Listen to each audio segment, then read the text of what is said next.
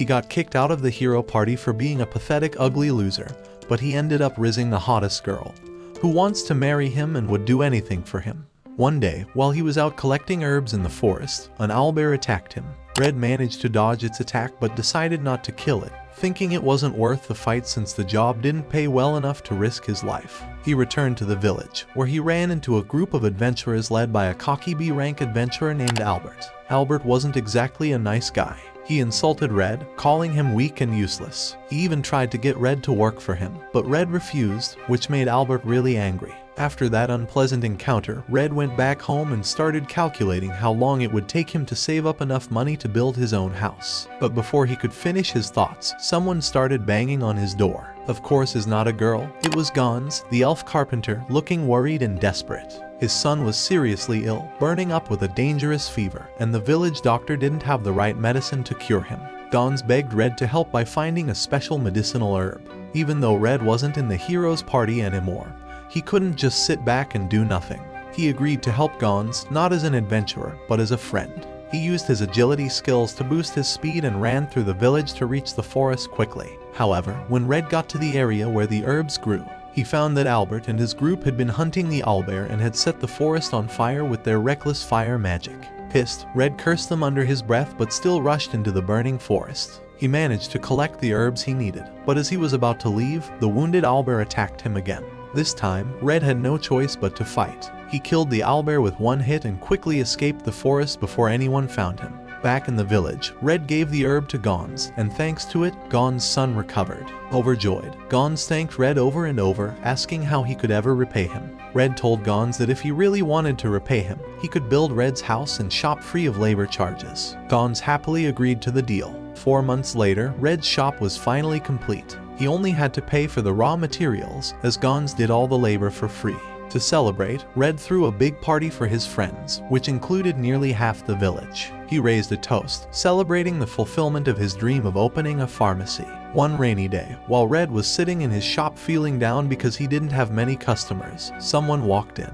Red, excited at the thought of a customer, greeted the person with a smile. But when he saw her face, he was too stunned to speak. It was Rit, a beautiful adventurer with 2 big reasons, who was clearly happy to see him. She knew his real name, and they were old friends. They sat down for tea, and Rit explained that she had been living in Zoltan as a B-rank adventurer, but had somehow never run into Red before. But Rit wasn't just any adventurer. She was also the second princess of Loggervia, a powerful military nation. Red was surprised to find out that Rit was living in such a remote place. Rit explained that many people wanted her to take the throne instead of her brother, so she ditched her country and her royal responsibilities to live in peace in Zoltan. She then asked Red why he had changed his name. Red, a little embarrassed, admitted that he had also been hiding his identity and not being creative with names. He decided to copy hers. Rit grinned when she heard this and tried to flirt with Red in a bashful way. She asked Red why he had left the hero's party, and when he told her the story of being called worthless loser and kicked out, Rit became furious on his behalf. But Red calmed her down with some herbal tea, and Rit praised him, asking him if he wants to father of her children, which made Red blush. As Red listened to her, he began reminiscing about the past. He remembered the first time he met Rit several years ago when the hero's party was in Loggervia. They were staying at an inn when a rude man tried to harass Rit. She quickly taught the man a lesson and walked over to the hero's party, confidently telling them that Loggervia didn't need anyone's help to save their kingdom. Back then, Rit was cheeky and never honest about her feelings, but over time, she grew closer to Red. One night, she visited the hero's camp and told Red about villagers who had been disappearing near the forest. Red figured that the demon lord's army was nearby and planning an attack on Loggervia. He offered the hero's party's help, but Rit was too proud to accept it. However, she didn't have much of a choice when the demon lord's army overwhelmed her kingdom's forces and surrounded the capital.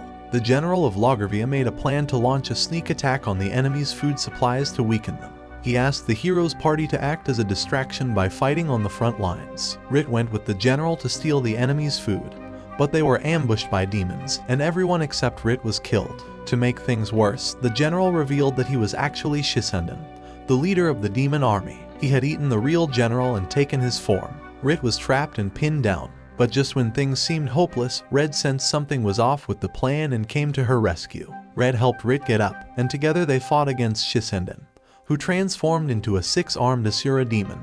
They fought bravely to buy time until Ruti, the hero, arrived. Ruti quickly cut off all of the demon's arms and stabbed it through the heart, killing it. Although they won the battle, the faces of Ritz's dead comrades left her deeply traumatized. She gave up on fighting and started to blame herself for their deaths. Later, Red visited her to comfort her. Rit cried and told him how scared she was of losing more people. But Red encouraged her, telling her that without her, Lagervia wouldn't have had the strength to fight. He asked her to stand up and fight alongside the hero's party again, and she did, eventually helping to lead her country to victory. When Red finished remembering the past, Rit told him that she wanted to work at his shop. Red was excited about the idea at first, thinking that hiring a B-rank adventurer would be too expensive. However, Rit assured him that she wanted to retire from adventuring and would help him run the shop while he went out to collect herbs. Red wasn't sure what to do, but in the end, he agreed to let her join him. That night, they had dinner together, and Rit was delighted with the meal. She told him that now, she would get to eat such tasty meat every day now.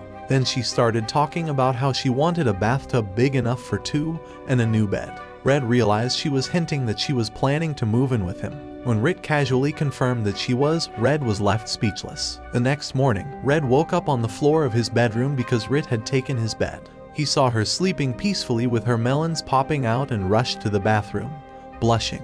By the time Rit woke up, Red had already made breakfast. After they ate, they talked about their busy day ahead. Their first stop was a furniture shop owned by a goblin named Storm. When Storm heard that Rit, the dream girl of everyone in town, was moving in with Red, he was stunned. Rit picked out a double bed big enough for both of them and asked that it needed to be strong enough to handle intense plot development, which made Red blush. Red, embarrassed, just went along with it. As they were leaving the shop, they saw a young elf boy named Tanta being bullied. Red rushed over to stop the bully, who threw a rock at him. Red easily blocked it, and the bully ran off. Red helped Tanta up and learned that his friend, Al, had been hurt by the bully earlier. Rit joined them, and Tanta was amazed that Red had stood up to the bully. Al explained that the bully, Ademi, was their friend, but he had become violent lately. Red realized that Ademi's blessing, a magical gift that people received, had awakened recently and was affecting his behavior. Ademi's blessing was Bar Brawler, which made him a natural fighter and caused him to become overly aggressive. Al was terrified of getting his own blessing, afraid that he would end up like Ademi. Rit comforted him, explaining that her blessing, Spirit Scout, allowed her to sense other people's souls and communicate with spirits. Compared to her, Red didn't even want to think about his own blessing, which was called the Guide. After that, Red and Rit went to the village's medical council to get approval for their new painkiller. But the man in charge, who was Ugly Old Man, kicked them out, refusing to even listen. Rit, using her influence as a B-rank adventurer, pulled some strings and arranged a meeting with the chairman of the council. The chairman explained that the council had approved a new drug a month ago, but it was being misused as a narcotic, so they were facing a lot of backlash. However, since Rit was making the request, he personally approved their medicine. Red and Rit returned home, thinking about how long it would take for their medicine to become popular. They knew that new medicines usually took a while to catch on, so Red needed something that would be an instant hit, like a YouTube algorithm hack. Later, while Rit was complimenting Red's cooking, she suggested that he serve food with his medicine to make it more appealing. That gave Red an idea. He decided to bake cookies with the medicine mixed in, hiding the bitter taste. The next day, Rit acted like a salesgirl, which attracted more people than their medicine, giving out free samples of the medicinal cookies. People loved them, and soon a huge crowd gathered, lining up to buy the cookies. Red's shop sold out before noon. He was overjoyed with the success and lifted Rit into the air, giving credit to Lady Big Luck for their great fortune. As time goes by, Red and Rit settle into a comfortable routine as roommates. They do their chores together, sharing responsibilities, and Red still finds it hard to believe his luck that Rit, the princess and adventurer, ended up living with him. People who visit their shop are often shocked to learn they live together. One day, an adventurer girl even runs away crying when she finds out because she had a huge crush on Red. One evening, Rit suddenly tells Red she wants to drink mead, a honey-based liquor. She doesn't explain why she's in the mood for it and runs out to buy some. While she's gone, Red is preparing some medicines when Albert, the ugly guy, comes to the shop. He claims he's not there to buy stupid medicines, but instead confronts Red about the owlbear. When Albert and his party found the owlbear's body, they noticed a rough but deep cut on it. Albert had taken credit for the kill at the time, but he now suspects Red was the one who actually killed it. Red denies it, saying he's just a weak drunk and couldn't have done it. Albert gets furious and points his sword at Red, who pretends to be scared and falls to the floor. Just then, Rit returns. When she sees Albert threatening Red, she kicks him hard against the wall. She's about to attack him further, but Red stops her from going too far. Rit lets Albert go, but only after giving him a stern warning. Red calms her down, telling her he was never in real danger and could have handled Albert himself if needed. Rit notices that Red had caught the bottle of mead she had tossed aside in her rush to save him. They end up drinking the mead together over dinner. Rit makes a toast to their new life, telling that the only thing they're missing is a bathtub big enough for the two of them. Since it will take time to get one, Red suggests they visit the local sauna. At the sauna, Red finds himself in an endurance competition with Gons, the elf carpenter, and Storm, the goblin. Gons faints first, and his wife now carries him out. Storm comments that the sauna seems emptier than usual. The old owner of the sauna explains that a new, bigger sauna has opened in town, and he can't compete with the power of capitalism.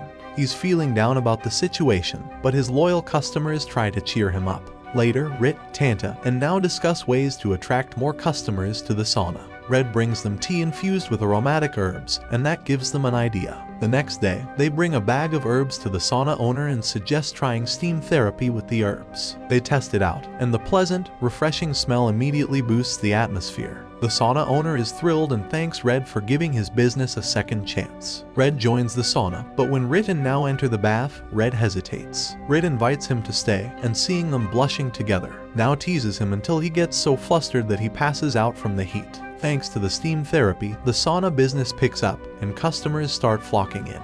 Later that evening, when Red and Rit return home, Rit finally explains why she wanted to drink mead in the first place. In her homeland, Lagervia, newlywed couples traditionally drink mead during their month-long honeymoon. Rit wanted to recreate that experience for them, and hearing this, Red is overwhelmed, realizing this is Rit's way of confessing her feelings. They happily enjoy the evening, now understanding each other's emotions more clearly. The next day, as they're setting up the shop, a group of important-looking people arrives. Red steps outside to meet them, and they introduce themselves as officers from the Adventurers Guild who want to speak with Rit. Red tells them the shop isn't open yet and they'll have to wait. Inside, Rit suggests making them wait even longer on purpose. After a while, a representative from the Thieves Guild enters the shop to speak with Red. He offers Red an elven coin worth 1,000 gold coins in exchange for cutting off all ties with Rit. Red flatly refuses, telling the man that Rit is priceless to him, and he wouldn't leave her for all the money in the world. The negotiator leaves, defeated. When Rit finally meets the Adventurers Guild officers, she tells them straight that she plans to spend the rest of her life with Red, and has no intention of returning to adventuring. She comes back into the shop, blushing because Red heard everything she said. Red, moved by her words, asks for her hand and gives her a bracelet with an amber stone, saying it's their engagement band.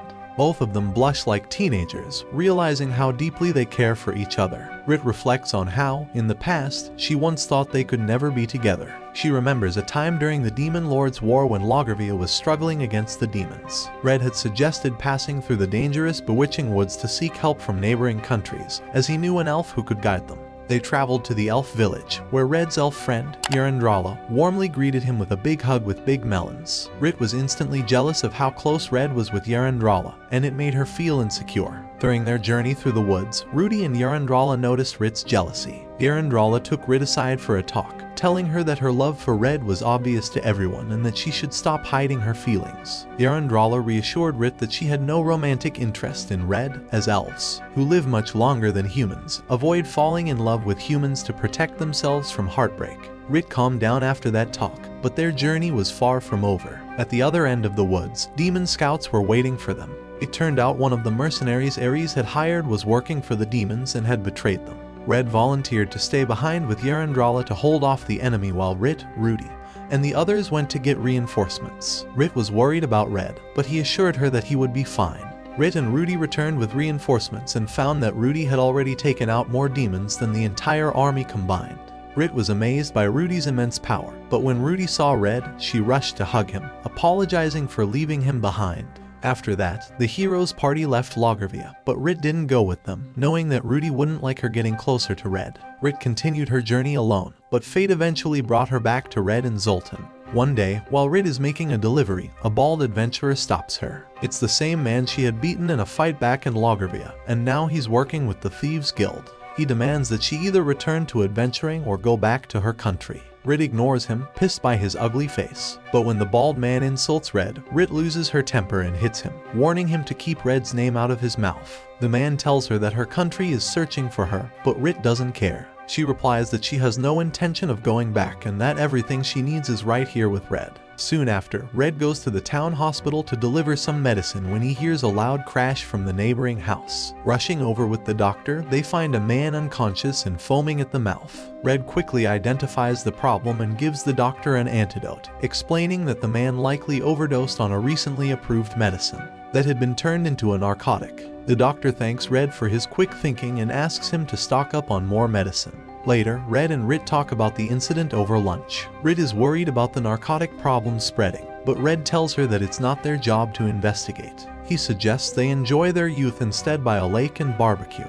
Red then takes Rit to the river where they have fun splashing around in the water. Afterward, as they sit down to eat, both are nervous as neither of them has much dating experience. Rit admits she was anxious when she first came to see him, but now she always wants to be by his side. Finally, she can't control any longer and kisses and expressing her full desire. After a chaotic day, Red and Rit return home and get back to work at their shop.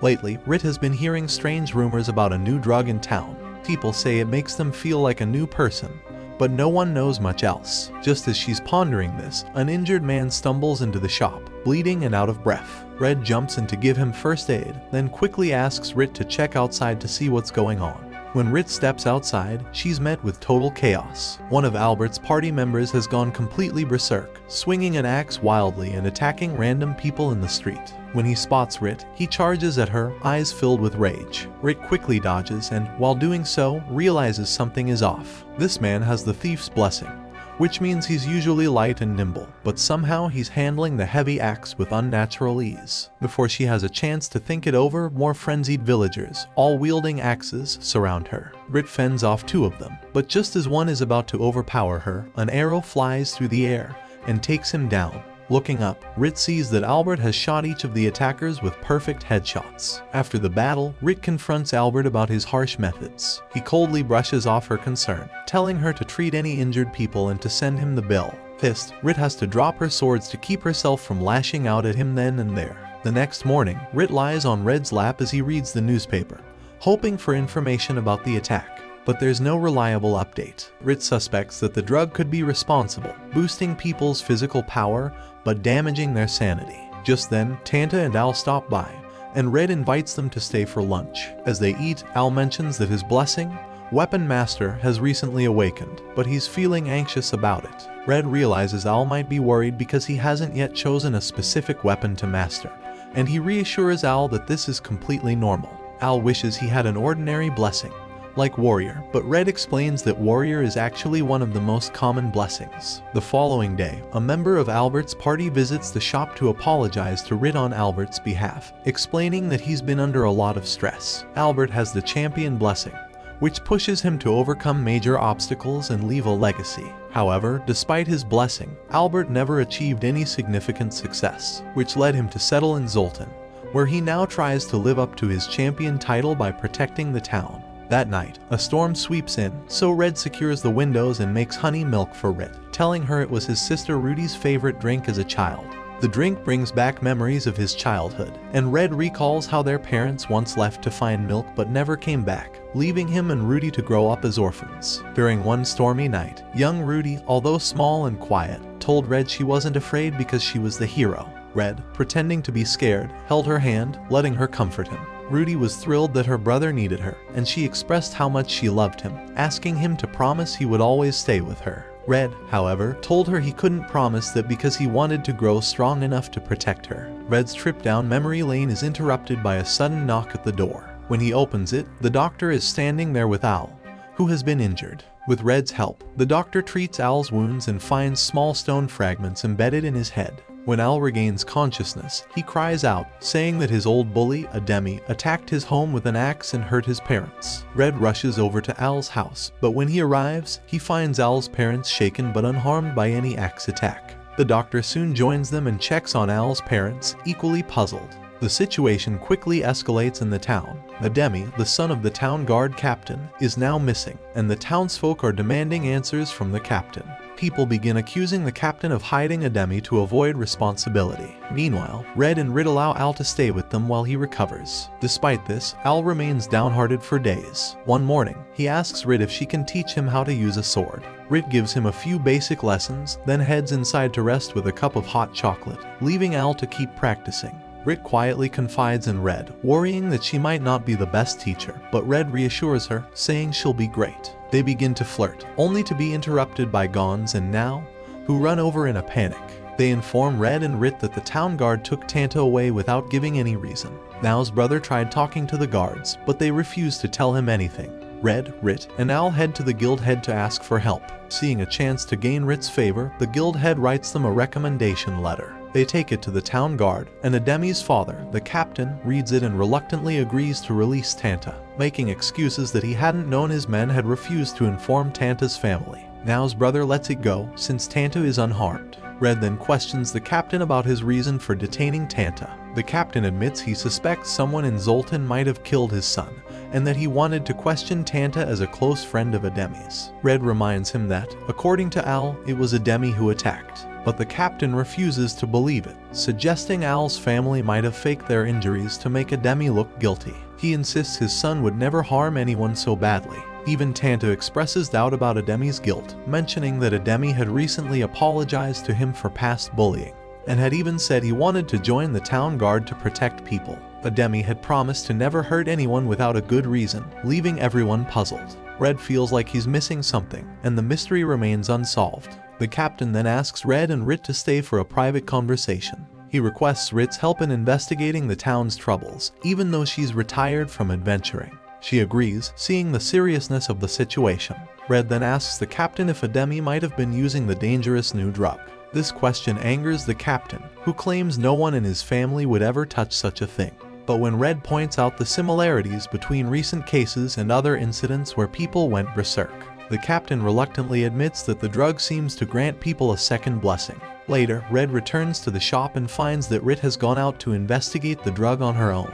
Al, waiting to train, receives help from Red instead. Using just a broom, Red easily sweeps Al off his feet, explaining that charging headlong at an enemy is dangerous. Al quickly learns the lesson and practices until sundown. As they finish up, Al tells Red about a strange one-eyed man who visited the shop earlier, gifting him a shiny red sickle and saying it would help him become a famous weapon master. Al admits that he felt an intense urge to train with it but now isn't sure if it was his own desire, or the influence of his blessing.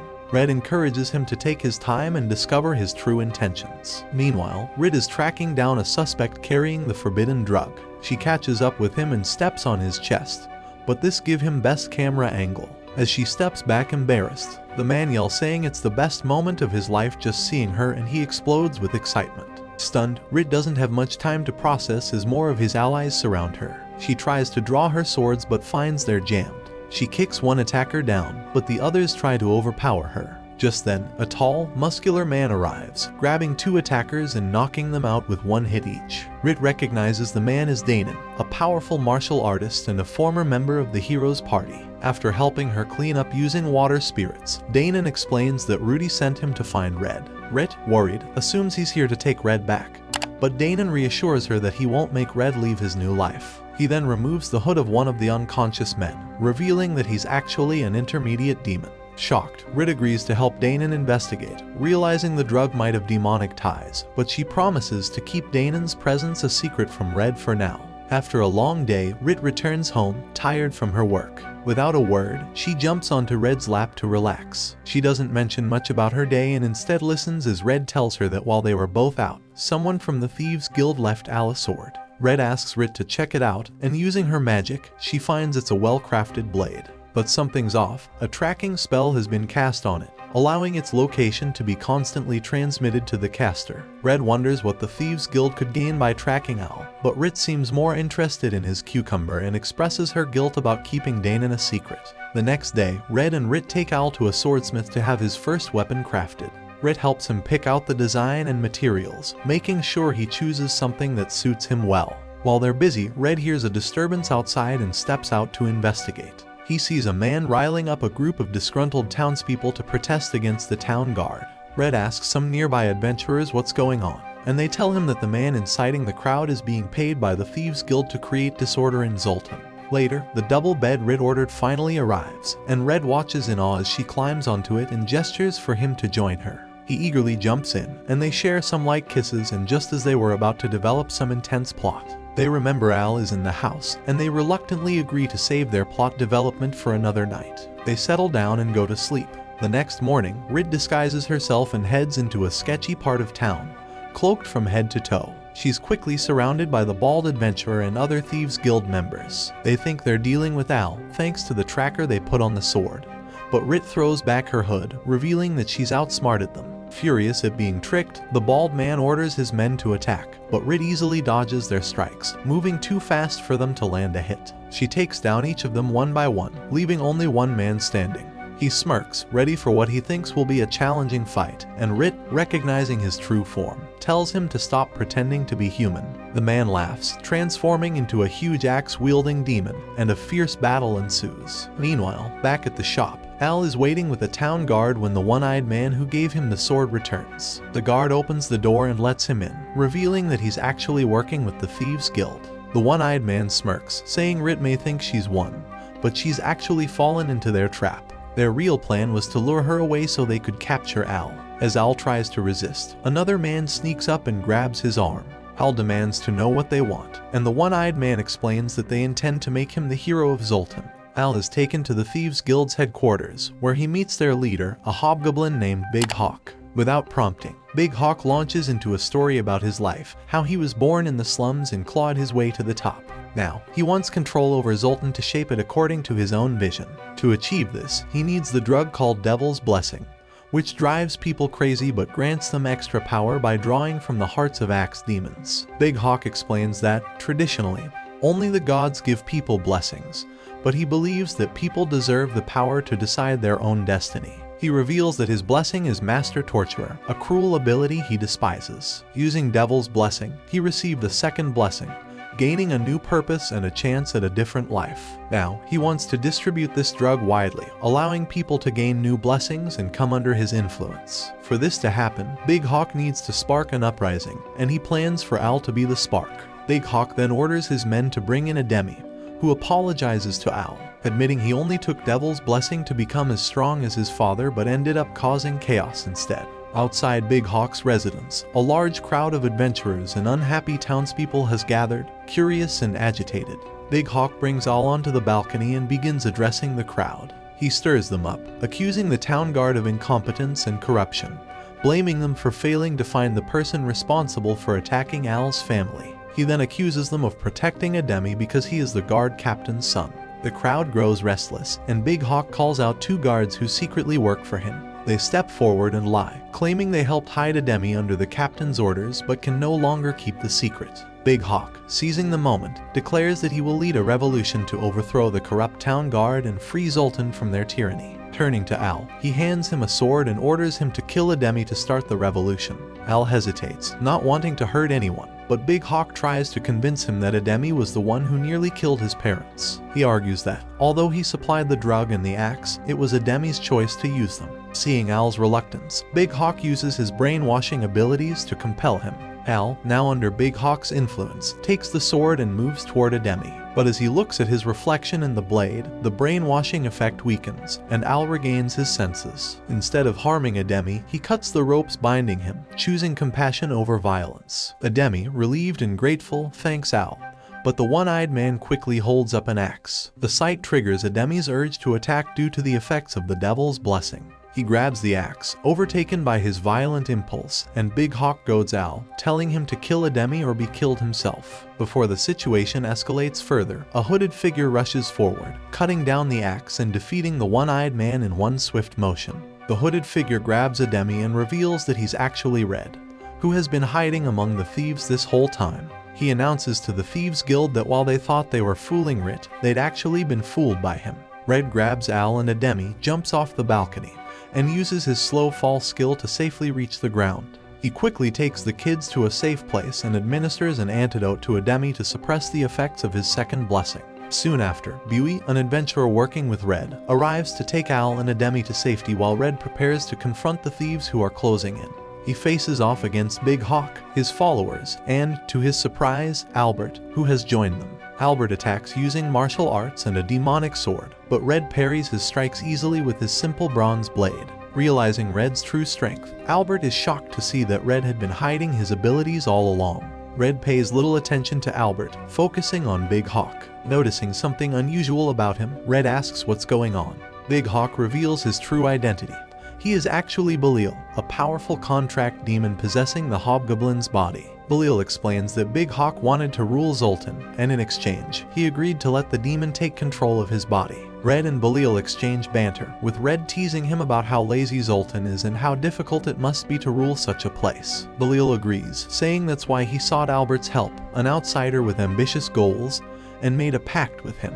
Albert, disillusioned with Zoltan's lack of status, made a deal with Belial to gain strength, hoping one day to join the hero's party and fight the demon lord. He insists he won't do anything evil, despite his demonic contract, but Red reminds him of the harm already caused by his association with the Thieves' Guild. Albert brushes it off, calling it a necessary sacrifice for his noble goal. Lost in his fantasies, he invites Red to join him in achieving glory. Red, however, rejects both of Albert's choices, saying he's perfectly content running his pharmacy with Rit. Frustrated, Albert challenges Red to kill him so he can at least be remembered as something greater than a petty criminal. He charges at Red, who effortlessly dodges and strikes with precision, severing Albert's arm. Albert collapses, crying over his failed ambitions. Red tells him that true heroism isn't just about physical strength. Despite Albert's efforts to protect Zoltan, he made the wrong choices, and it led to his downfall. Meanwhile, Buey takes Al and Ademi back to Big Hawk's base, where the crowd is still gathered. Using magic, he lifts the boys above the crowd, allowing them to explain the truth. Al tells the townspeople that everything was part of a conspiracy led by the Thieves' Guild. He explains that Ademi wasn't to blame for attacking his family, it was the devil's blessing that controlled him. Al urges everyone to stop using the dangerous drug, revealing that he has already forgiven Ademi, and that they're friends again. With no reason left to fight, the crowd disperses peacefully. Finally, Red and Rit get their bathtub in what could have happened. They develop some plot. After his arrest, Belial finds himself in a prison cell. He's sitting in silence when Buey, a familiar visitor, arrives to see him. Belial looks up, greeting Buey by his real name with a sinister smirk. The demon soon realizes the truth. This visitor is none other than General Shisinden, a powerful demon he once fought beside. Shisinden seizes Belial by the throat, grinning as he warns him that he's lucky they didn't cross paths in front of Red, as it would have created a chaotic mess. Shisinden is furious, demanding to know why Belial began selling Devil's Blessing and lying about it being made from an axe demon's heart. The truth, Shisinden says, is much more dangerous. Devil's Blessing doesn't just grant strength, it can reveal a person's true potential. If humans discover this, it could spell disaster for demons everywhere. Belial calmly responds, announcing that he's ending his contract with Big Hawk. Then, in an instant, Belial reveals his true form, a demonic creature with the body of a goat. Smashing through the prison wall, he heads to Albert's cell. Finding Albert at rock bottom, Belial promises to grant him the power to escape and join the hero's party. Albert, despondent, doesn't seem to care anymore, but the goat demon reminds him of the contract they signed to defeat the Demon King. Reluctantly, Albert agrees, allowing Belial to create a new pact, binding their fates once more. Meanwhile, far from Zoltan, Ruti's hero party has fallen on hard times. Ever since Red left, the group has struggled. At first, they made steady progress, and the magician Ares even recruited a new member to replace Red, a girl named Tisse, a quiet but skilled assassin. She met the team's martial artist, Danon, and the crusader, Theodora. When she finally met the hero, Ruti, she was nervous but managed to keep a calm expression in front of her intimidating new leader. The next day, Ruti gathers her party, announcing that they'll be setting off to recover a weapon once wielded by the previous Demon King. Despite their mission, the party finds themselves searching fruitlessly for clues. After days of frustration, Danon grows openly annoyed with Ares, pointing out that things were never this disorganized when Red was around. Tired of Ares' poor leadership, Danon finally decides he'll leave the group to find Red, ignoring Ares' protests. But when Ruti overhears, Danon starts to sweat, fearing her reaction. To his surprise, she gives him permission to go and search for her brother. Ares is shocked, having assumed the emotionless hero would never allow something like this. Before he leaves, Danon speaks with Theodora, and together they suspect that Ares has long held a grudge against Red. They wonder if Ares might even have tried to harm him, but agree that Red, despite his common skills, was probably strong enough to survive. Danon then sets off on his journey to find and bring Red back. Whenever the party takes breaks, Ruti stares off into the distance, clearly longing for her brother's return. Meanwhile, Ares becomes increasingly flustered, especially as they find no leads on the Demon King's weapon. Tisse, having no one else to talk to, confides in Theodora, who tells her about Red's time with the group. Theodora explains that Red handled all the non-combat issues flawlessly and was never a burden in battle. She believes that, despite his absence, the hero's party needs Red back more than ever. At night, Ruti often sits alone in her tent. Due to her blessing, she doesn't need to sleep, but the nights feel longer and emptier without her brother's presence. When Red disappeared, Ares had told her that Red went to scout the Demon Lord on his own, using all sorts of excuses to make her believe it. He even offered to guide her in Red's place. Now, Ruti realizes that Ares was lying, and in her rage, she once punched a hole through him. She later restored him to full health, knowing he was essential to her mission, but from that day forward, Ares began to fear her. Ruti feels a deep, painful emptiness without her brother and wishes every day that he would return. Eventually, they locate the ruins of the former Demon King, hidden in the heart of a desert. Ares, brimming with confidence, is convinced that the weapon lies within, declaring that his sage blessing is second only to Ruti's hero blessing. He assures the team of their inevitable success. Before they enter, Tisse steps away to refill their water bottles. When Ruti joins her, the assassin nervously asks when Ruti sleeps, since she always sees her awake. Ruti explains that her blessing grants her immunity to exhaustion, sleep, hunger, and even emotions. She's become like a machine, stripped of anything that could distract her from her mission. As a result, she feels she can't seek out her brother, even though she misses him dearly. Finally, the party enters the ruins, encountering a powerful demon inside. Ruti quickly orders Tisse to search for any weapon clues while the rest of them handle the demon. As they fight, Ruti recalls Red's teachings, especially that all demons share a blessing compelling them toward destruction, almost as if they're fated to be villains in the world. Ruti launches herself at the demon, with Theodora close behind. Ares, unaware of the demon's incoming strike, is only alerted when Theodora calls out, causing him to panic and wet himself. With Theodora's help, Ruti finishes off the demon. Theodora comments that Ruti never had to protect Red like this, calling Ares useless. Despite this, Ares bitterly mutters to himself, convinced that Red, Danon, Yrandrala, and others were at fault for his lack of foresight. Tisse returns and announces she's found something valuable. Leading them deeper into the ruins, she reveals an underground hangar, where they find the Demon Lord's private airship. Thrilled with the discovery, the party boards the ship, with Tisse taking on the role of pilot. She asks Ruti if there's anywhere she'd like to go. Ruti replies that she has somewhere in mind but feels conflicted, as it would go against her duty as the hero. That night, the group is startled by unexpected visitors, Albert and Belil, who arrive at Ruti's camp. Their presence compels Ruti to take action.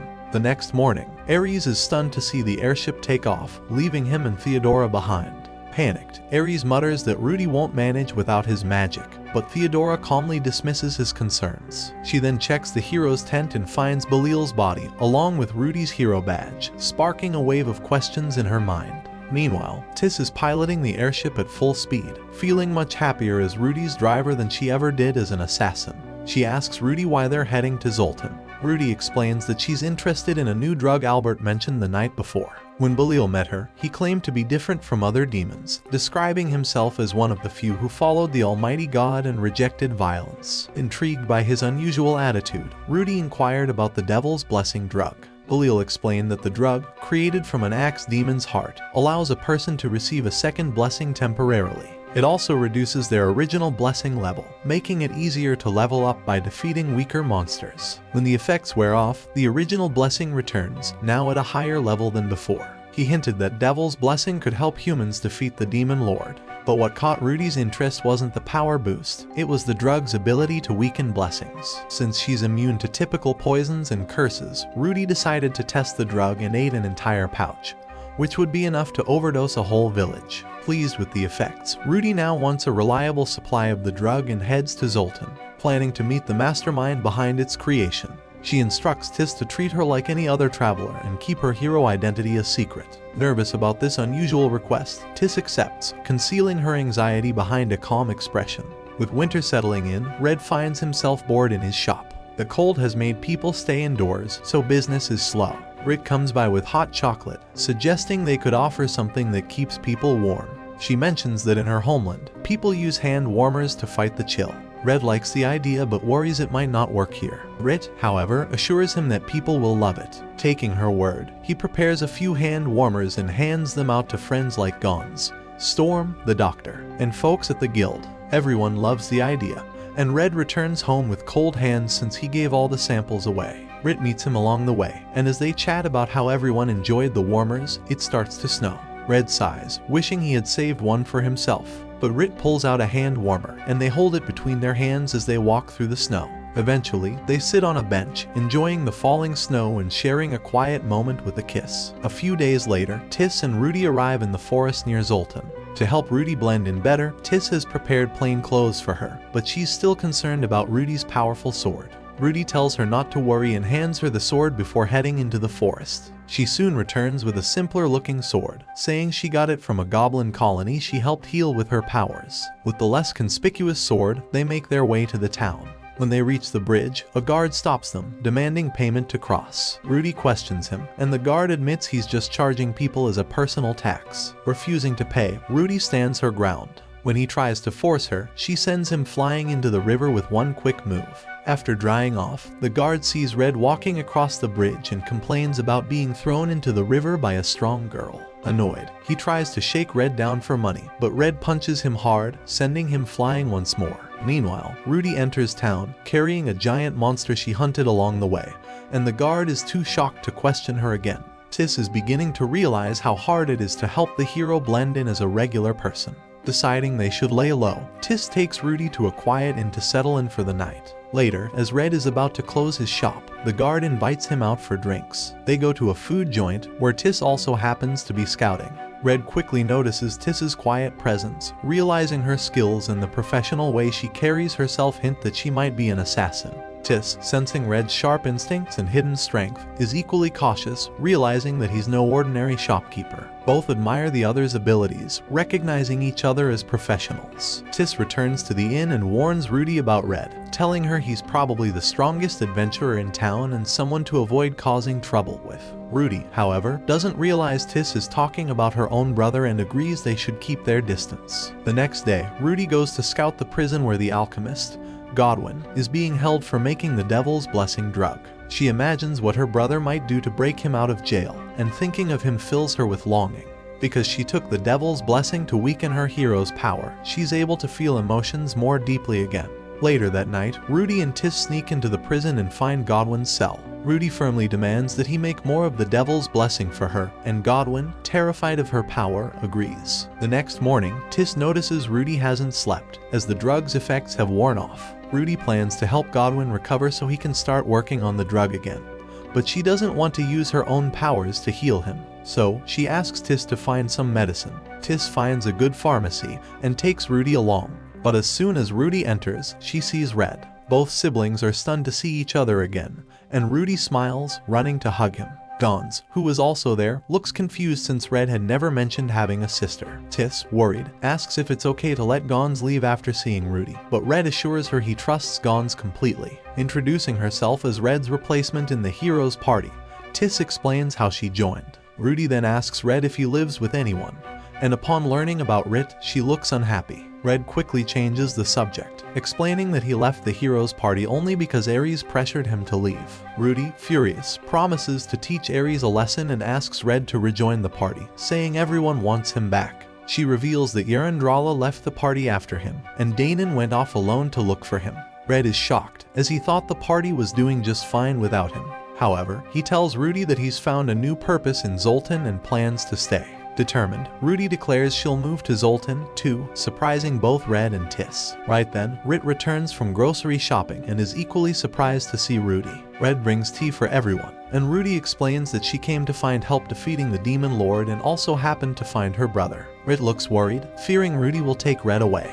But he reassures Rit that he has no plans to leave, and Rit, looking to Ruti for confirmation, is shocked to hear that she's staying as well. Ruti eventually heads back to her inn, and Red tells her she's welcome to visit anytime. After she leaves, the effects of the drug wear off, and Ruti quickly takes another dose to keep her emotions balanced. Later that night, Tisse meets Godwin, telling him they're not leaving Zoltan anytime soon. Godwin panics, fearing he'll face execution if he's arrested again. Tisse reports to Ruti that Godwin needs a fully equipped lab to make the drug and suggests setting it up in some nearby elven ruins. Tisse seems unsure, and Ruti suddenly turns toward her. Startled, Tisse draws her weapon, fearing an attack, but Ruti gently reaches out to Tisse's pet spider, and Tisse realizes her mistake. She now understands that although Ruti is the admired hero, she's feared by her own party members, leaving her isolated. Feeling remorseful, Tisse lets Ruti pet her spider as a sign of trust. The next day, Ruti tries helping out at Red's shop, but her intimidating aura scares away customers. Red suggests she try smiling more, though she finds it hard. To lighten the mood, Red takes her on a tour of the town, starting with a visit to the sauna. There, everyone comments on how cute she is, which embarrasses Ruti, making her hide behind Red. After they leave, Ruti apologizes for attracting attention, but Red reassures her that it's fine. No one will pry into her life in Zoltan. Gently patting her head, he tells her she's his pride and joy, and Ruti wishes this day would last forever. Meanwhile, Ares and Theodora are making their way to Zoltan, guided by a depressed Albert. Ares, showing clear signs of mental strain, mutters to himself, while Theodora tries to encourage Albert, telling him that guiding them to Ruti is already a big help. In Zoltan, Red invites Ruti and Tisse for dinner, serving honey milk, Ruti's favorite. He even prepares a treat for Tisse's pet spider. Red suggests Ruti take a bath before heading back to the inn, teasing that she's too old to share one with him. Ruti laughs, deciding to join Red instead, with Tisse tagging along, claiming she's a bath expert. In the bath, Ruti asks Rit how close she is to Red, and Rit blushes, saying they've done everything except have a baby. Furious, Rit asks about Red's childhood. Ruti shares a story from when she was still weak, before her hero's blessing fully developed. One day, searching for a lost friend, Ruti encountered an owlbear near a cave. Trying to protect her friend, she fought the beast but ended up injured. Desperate, she called out for her brother, and Red arrived just in time, slicing the beast in half and hugging her, reassuring her that she was safe. Ruti explains to Rit that her blessing makes her numb to emotions, making it hard to enjoy anything in the present. Her memories with her brother are her only link to happiness. Jealous of Rit and Yarandrala for their ability to express emotions and connect with Red, Ruti starts to cry, admitting she wishes she could be like Rit instead of the hero. Hearing this, Tisse, who had been listening quietly, realizes how much Red's support has meant to Ruti. She vows to stay by Ruti's side from now on, not just as an ally, but as a friend who can help shoulder the burdens of her heroic duty. The next day, Tisse pays a visit to Red and Rit's shop alone. Red and Rit thank her for being such a loyal friend to Ruti, but Tisse has come with some unsettling news. He reveals that Ruti has been using a drug called Devil's Blessing. Red is shocked to hear that Belial, a demon, managed to reach out to Ruti directly and get her hooked on such a powerful drug. Red is immediately worried, while Ruti's hero blessing protects her from all kinds of poisons. If this drug weakens her blessing, it could mean unexpected side effects down the line. Tisse also admits to Red that she and Ruti were the ones who broke Godwin, the alchemist who made Devil's Blessing, out of prison. She watches Red's reaction, wondering if he's angry with his sister for breaking the law. But Red assures Tisse that he won't hold it against Ruti this time, especially since no one was hurt. Tisse looks visibly relieved and suggests that Red should tell Ruti this himself, as she's probably nervous he's mad at her. Tisse then asks Red if he could buy some alchemy supplies for Godwin's lab while she takes Rit to meet with Ruti at their hideout. Meanwhile, Ares and his group have finally made it to Zoltan and are searching the town for any leads on the missing hero, Ruti. They're using an invisibility spell to stay unnoticed, but Shisundan, the demon general disguised as the adventurer Bui, spots them anyway. Red, on the other hand, is out shopping for alchemy equipment when he runs into Danon, who's missing an arm. They catch up briefly about everything that's happened since Red left the party, not realizing that Theodora and Albert are sitting nearby, hidden by the invisibility spell. Danon asks Red why he left the party in the first place, and Red tells him he felt he was just a burden in battle. Danon disagrees, saying Red was a strong warrior, and was always steady, even in tough situations. Danon asks Red to come back to the hero's party, but Red declines, as he has with everyone else who's asked. Red then tells Danon that Ruti is in Zoltan too and explains how she suffers mentally and emotionally because of her blessing. Danon doesn't fully understand the complex effects of Ruti's blessing but realizes that she has been struggling. He tells Red he wants to help her any way he can but agrees to tell him more details first. Danon shares that he lost his right arm in a battle with Shisundan, who bit it off and threw him into the sea. Elsewhere in Zoltan, Ares is resting at an inn when another Danon, with both arms intact, shows up. This Danon, however, is actually Shissenden in disguise. The fake Danon informs Ares that Red has settled down in Zoltan, opened a small pharmacy, and even lives with Rit. Ares becomes furious at this news, upset that Red went on to retire peacefully with the woman he loves after Ares forced him out of the party. He demands that Danon take him to Red's shop, saying he plans to remove Red from Ruti's life once and for all, even if he has to use lethal force. Shissenden, still disguised as Danon, leads Ares to the pharmacy, where Ares loses control. He trashes the shop in a rage, smashing vials of medicine, destroying plants, and tearing up Red and Rit's bedroom. Shissenden, in disguise, watches Ares' fury unfold, secretly amused by Ares' intense hatred. Meanwhile, Red and the real Danon rush back to the shop. As they're running, Danon explains that Shissenden, the demon general, is still alive. He describes how Shissenden, disguised as a human adventurer, bit off Danon's arm and left him in the sea. Red can hardly believe it, thinking Shissenden was defeated when Ruti struck his heart. Danon assures him it's true and suggests they worry about it later. Suddenly, a spirit dragon flies overhead, carrying Ares and the fake Danon. Red and Danon see the dragon heading toward the elven ruins and decide to chase after it. Red catches up with Rit and Tisse along the way and quickly updates Rit about Danon's arrival. He asks if she noticed anything strange about him, and Rit says she couldn't pinpoint anything odd. Realizing what's happening, Red explains to a shocked Rit that the Danon she met earlier must have been Shissenden in disguise. He adds that Shissenden has the power to transform into anyone he consumes, which is how he could look exactly like Danon. Rit feels regretful for not mentioning Danon to Red sooner and vows to take down Shissenden if they encounter him.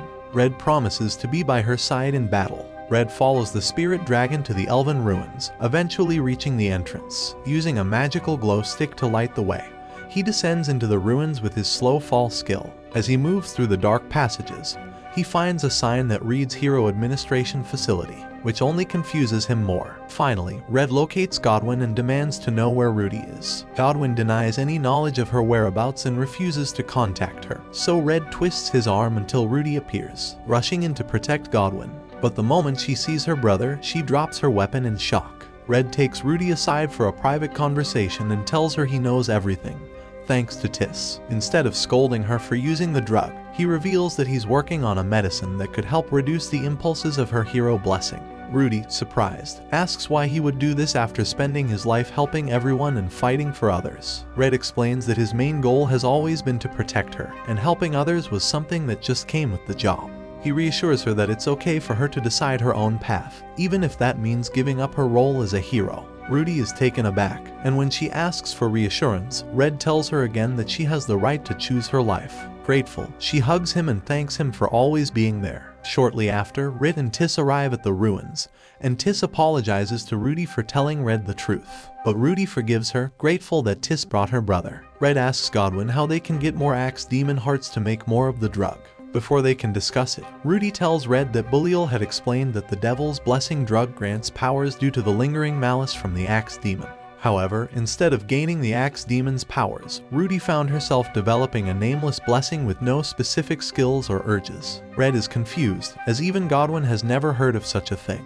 But Godwin believes that since Ruti's blessing hasn't fully awakened, she shouldn't suffer from violent side effects. Relieved, everyone takes a deep breath. Suddenly, Tisse warns of something coming their way. They turn to see a swarm of floating, creepy eyeballs, a tracking spell that shows the caster the location of anyone who touches them. Ruti brushes off the threat, blasting the eyeballs with lightning and dashing off. Red tells Rit to stay back with Godwin while he chases after her. Ruti quickly locates the source of the spell and is startled to find Ares waiting for her. He seems completely unhinged and tries to convince Ruti to come back, saying they can defeat the Demon Lord together without anyone holding them back. Ruti firmly rejects his offer, saying she's done being a hero. Ares, refusing to accept this, claims she's just trying to accommodate her weak brother. Red attempts to explain the truth, but Ares launches a force attack on him, throwing him against the wall. Ares then tells Ruti that now that her burden is gone, she should be free to join him. Furious, Ruti stabs him, telling him that,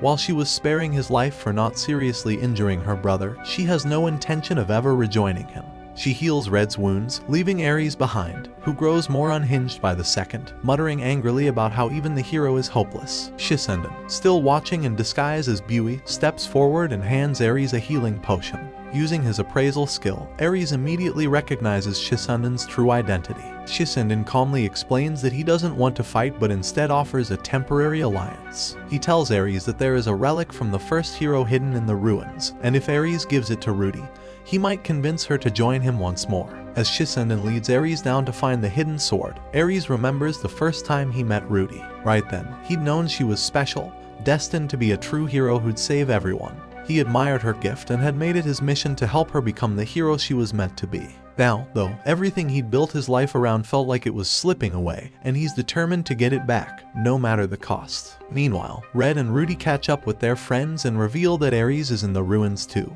probably trying to get Ruti back under his control. Tisse has been keeping an eye on him and reports that he's heading for the basement with someone else, who is hiding behind a magic spell. Red immediately suspects it's Shissenden, and Red decides they need to confront Ares before he realizes he's been tricked by a demon. Godwin, confused and lost, asks someone to fill him in on what's going on. But everyone is too focused on their mission to respond, so he has no choice but to trail along as they head down to find Ares. Elsewhere, Danon, Theodora, and Albert have also made it into the ruins. Danon, eager to fight, charges ahead to find enemies, smashing doors open with powerful punches, while Theodora tries to get him to slow down and be careful. In the meantime, Shissenden and Ares have made it to the lowest part of the ruins, which looks like some high-tech lab. Suddenly, Danon bursts in through a window, grabs a sword from an old skeleton, and hurls it at Shissenden. Shissenden barely blocks it, his hands throbbing from the force. Ares is stunned to see Danon missing an arm, but Danon steps up, ready to take on Shissenden alone. Shissenden, thinking he can take advantage of Danon's injury, charges at him, but Danon uses his left hand to punch Shissenden hard, sending him flying. Danon explains that since losing his right arm, he's been training his left to be even stronger. He pins Shissenden to the wall, hitting him over and over. Shissenden, struggling to defend himself, calls out to Ares for help. Ares hesitates, but, unable to resist his goal of finding the hero's weapon, attacks Danon with a lightning spear. Danon dodges, but the electricity still leaves him stunned, allowing Shissenden to stab him, causing a massive explosion. Even after taking a lot of damage, Danon remains standing. But Shissenden, determined to finish him, shifts into his true form and unleashes a fierce six-sword attack. Danon blocks with his left arm, breaking each of Shissenden's swords, but Shissenden pulls a hidden blade from his foot and stabs Danon, knocking him out. Ares feels nothing as his former comrade falls, remembering how he'd planned to get rid of Red, too, by ambushing him in the forest. Ares had seen Red as a threat to his goal of standing as Ruti's right-hand man.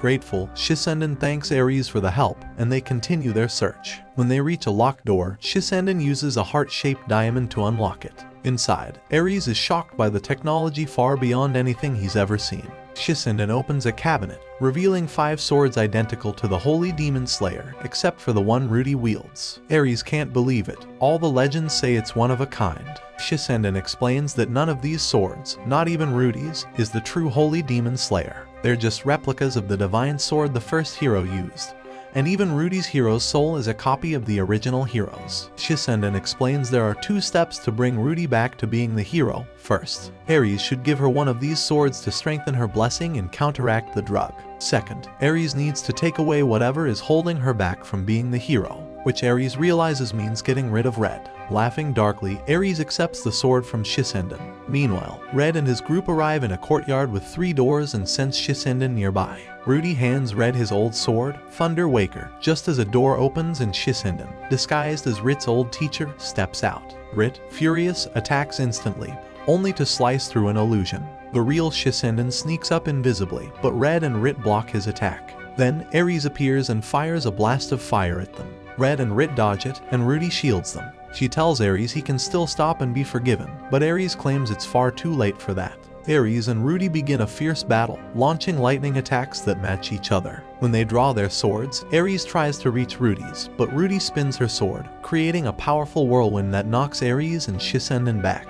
Ares' sword is destroyed, and Shissenden realizes Ruti's power has already surpassed any hero before her. At that moment, Tisse senses something rising from below, and the ground cracks open as Theodora arrives, riding a dragon. She attacks Rit without warning, binding her in magical chains before turning on Ruti. Shocked, Ruti asks why she's doing this, and Theodora claims it's to save the world. Rudi's refusal to be the hero is making people suffer, Theodora explains, and a new hero must take her place. While the dragon pins Rit, Red is torn between helping Ruti and saving Rit. Rit manages to break free and faces Theodora, saying that Ruti deserves to be more than just the hero. Theodora insists that people must follow their blessings, but Rit argues that they're more than just blessings. Even Shissenden agrees, saying that a hero's blessing doesn't guarantee they're fit to save the world. Red sees the dragon preparing to attack Rit again and quickly kills it. But Ares uses the distraction to throw a giant metal cube at Red and Rit, knocking them into a broken elevator shaft. Seeing her brother injured, Ruti rushes to help, but Theodora blocks her path. Ruti cuts Theodora aside and faces Shissenden, who smashes her sword with a single blow, sending them both falling as the ground gives way. Ares laughs, feeling he's finally close to his goal.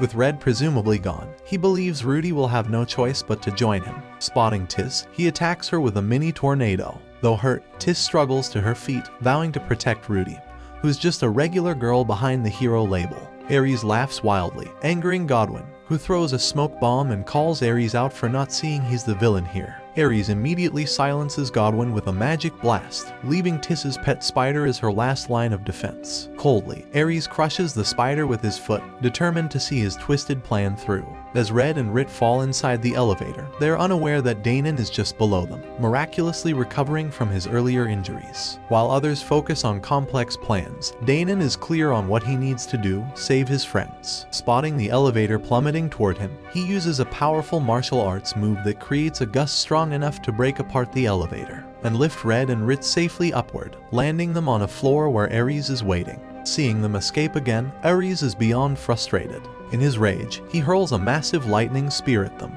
Red charges forward, strengthened by Rit's magic boost, allowing him to withstand the brunt of the attack. But Rit, who absorbs most of the lightning's force, is left weakened. Feeling confident now, Ares believes he can finally kill Red on his own. However, when he tries to cast another spell, he discovers that he's unable to move. His hand has been tied down by silk threads spun by Tisse's spider. Realizing he's helpless, Ares watches as Red strikes him, swiftly cutting off his arm before delivering the final blow. Desperate, Ares screams out for Shissenden to restore his hands so he can fight back, but no one comes. In his last moments, it dawns on Ares that, despite his supposed loyalty to the hero, he's only caused her harm. Filled with regret, he dies. Meanwhile, in the basement, Ruti faces off with Shissenden, who views her as a dangerous threat to the world's balance. Vowing to eliminate her, he cloaks his swords with a magic aura and attacks, but Ruti, armed only with a broken sword, is able to hold her ground. She tells him she just wants to live a simple life with her brother, but Shissenden insists she must sacrifice everything to fulfill her role as the hero.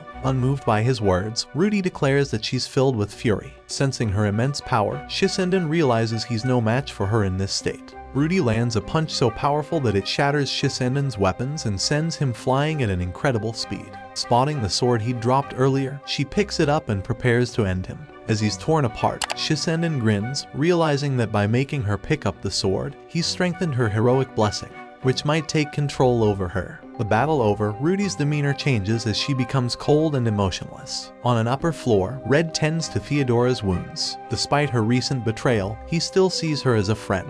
When Ruti returns, she appears gloomy. Sensing something's wrong, Red approaches her, only for her to suddenly attack him. Tisse intervenes, taking the hit meant for Red, and with her last strength, tells Ruti not to harm her brother before passing out. Red, now realizing Ruti isn't herself, asks Rit and Godwin to look after Tisse while he tries to distract Ruti. Ruti, however, continues attacking her brother without pause. Red tries to fend off her attacks and snap her out of her trance, but she keeps pushing him back. His sword cracks under the strain, so he switches to his bronze sword. When Ruti charges at him again, Red uses his bronze sword to trap her weapon, twisting her hand to disarm her. The trance finally lifts, and Ruti realizes what she's done, breaking down in tears as she clings to her brother, who comforts her. With the battle over, Danon and Albert arrive on the floor, their voices loud enough to wake Theodora. Rit mentions that her powers aren't enough to heal Tisse, and Ruti wipes her tears, rushing over to help her friend. But to her horror, she finds that her blessing's powers aren't responding when she genuinely wants to help.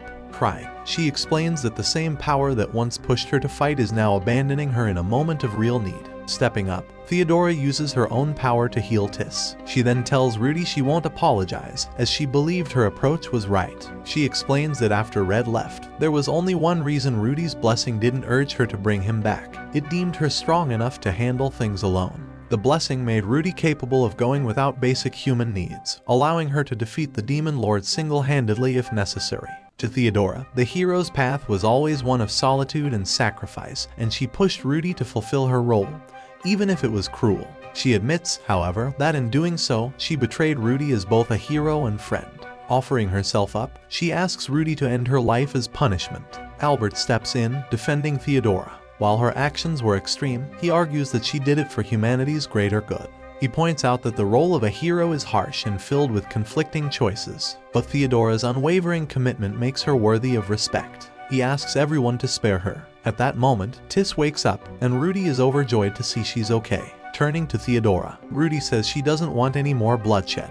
She declares that from now on, she'll live as Ruti and not the hero. She tells Theodora she's always felt that Theodora was more deserving of the title, as she'd fought for the world's safety long before she did.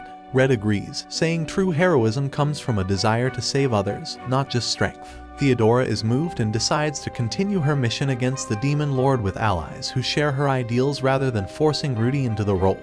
With their lives now quieter, Ruti and Tisse settle in Zoltan. Visiting Red's shop one day, it begins to snow. For the first time, Ruti feels the cold without her blessing shielding her. Red urges her to come inside to avoid catching a cold.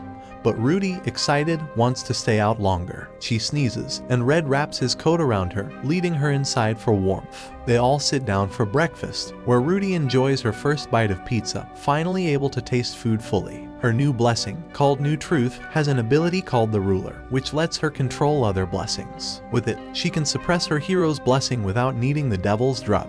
That evening, the local priest holds a memorial for Ares, attended only by his former teammates. According to church beliefs, souls reborn receive different blessings, and Red hopes Ares' next life is free of the burdens he carried. After the service, Danon mentions his plan to leave and join Theodora and Albert in fighting the demon lord. Before he goes, he asks Red about Shisanden's ability to wield holy swords meant to kill demons and why there were 6 identical swords. Tisse guesses that the 6 swords could symbolize Shisanden's 6-armed demon form.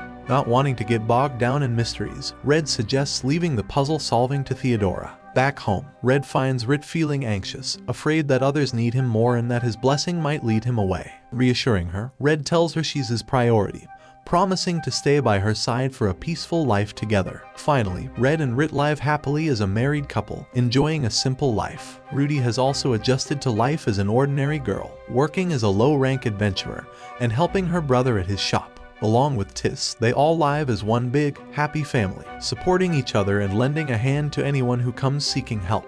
And that's where this video ends. Watch this next video, and subscribe for more amazing content like this.